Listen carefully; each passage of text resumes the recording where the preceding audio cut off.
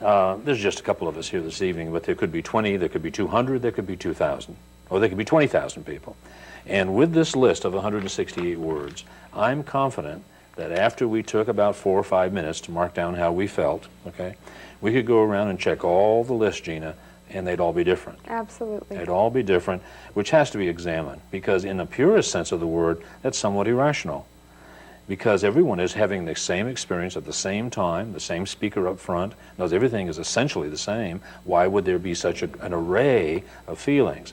Well, it's pretty good evidence that what we're doing is carrying the past or the future around with us, and that influences how we feel at the moment. Is it any wonder then that there's a lot of stress and anxiety and inappropriate behavior out here when feelings affect our behavior and we all feel so differently even though we're having the same experience? I mean, that's kind of fascinating.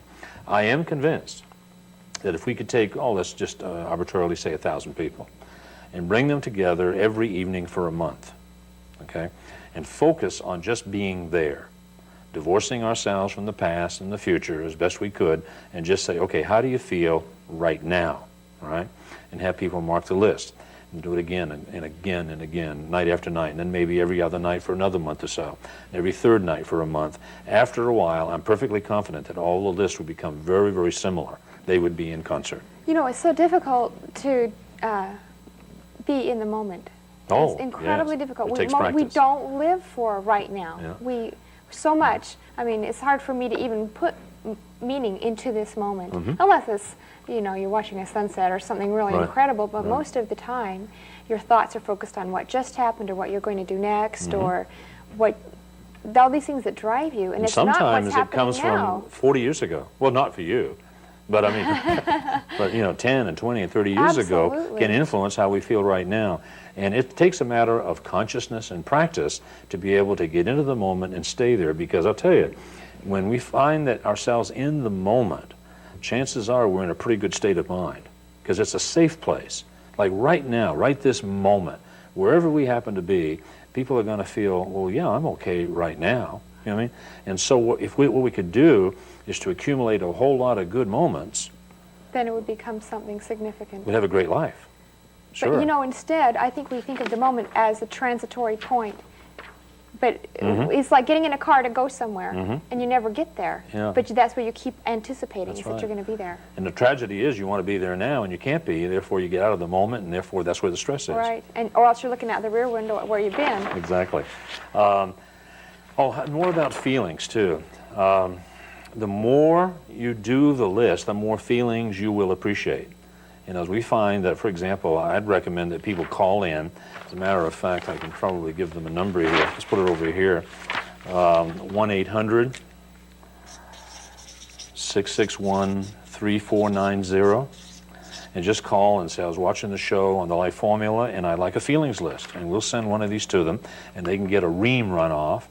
And I'd recommend going through that every day for a while until you became articulate about identifying your feelings, because it really, really does help. So it's 1-800-661-3490, and we'll send a free list out, and we'll send a schedule of the TV show and this type of thing, and make it worth their while for calling. Feelings are kind of fascinating, great communication tools.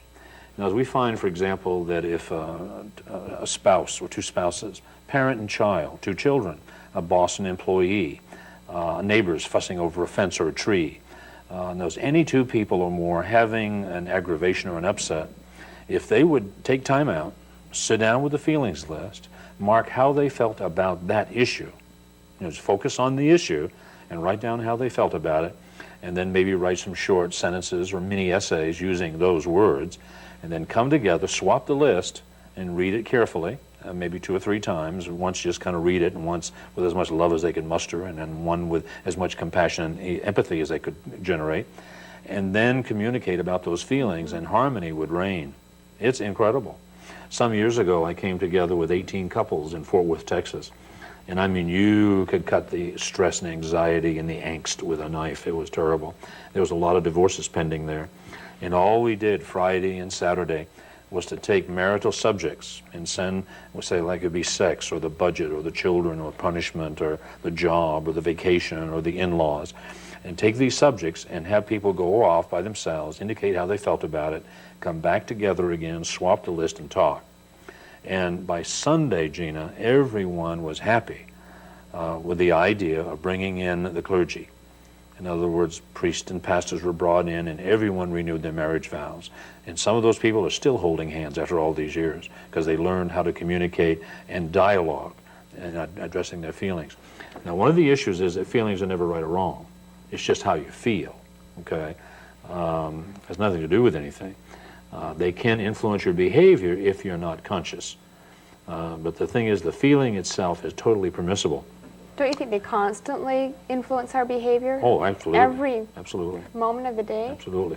Particularly if we're not conscious. They need not, but they probably will if we go into a by rote state or work subliminally like we typically tend to do. You know what I mean by that? In other words, you can drive to work and not realize how you got there. Oh, Have you ever done that? Yeah. Daily. Yeah. A lot of what we do unconsciously because the subconscious is taken over and say, hey, I'll handle that. And what it's up to is handling it the way it's always handled it. You know what I mean? In other words, they don't want anything new and different. It's kind of fascinating. Feelings are fascinating. We know that, like I say, they're not right or wrong, therefore what are they? Well, feelings are feelings. That's all you can say about them. That's not enough. I mean, maybe we need another definition, and so let's take it in another step and say that feelings are physical manifestations of emotions. That's by themselves, they're fairly insignificant, okay? But it is the subconscious way of communicating with and to and from the outside world in order to survive, okay? But the feelings themselves are emanating from emotions, and so we say, what kind of emotions are they? Well, fear, hate, joy, love, these are all fairly typical. Now, the tough news is that there's lots of feelings, hundreds of them, so and any one of them can affect us at any given moment in time. However, the good news is there's only two emotions, only two. Now, I don't care what literature you read, I think we're being misled in a lot of cases because it boils down to two primary emotions and all other feelings emanate from them.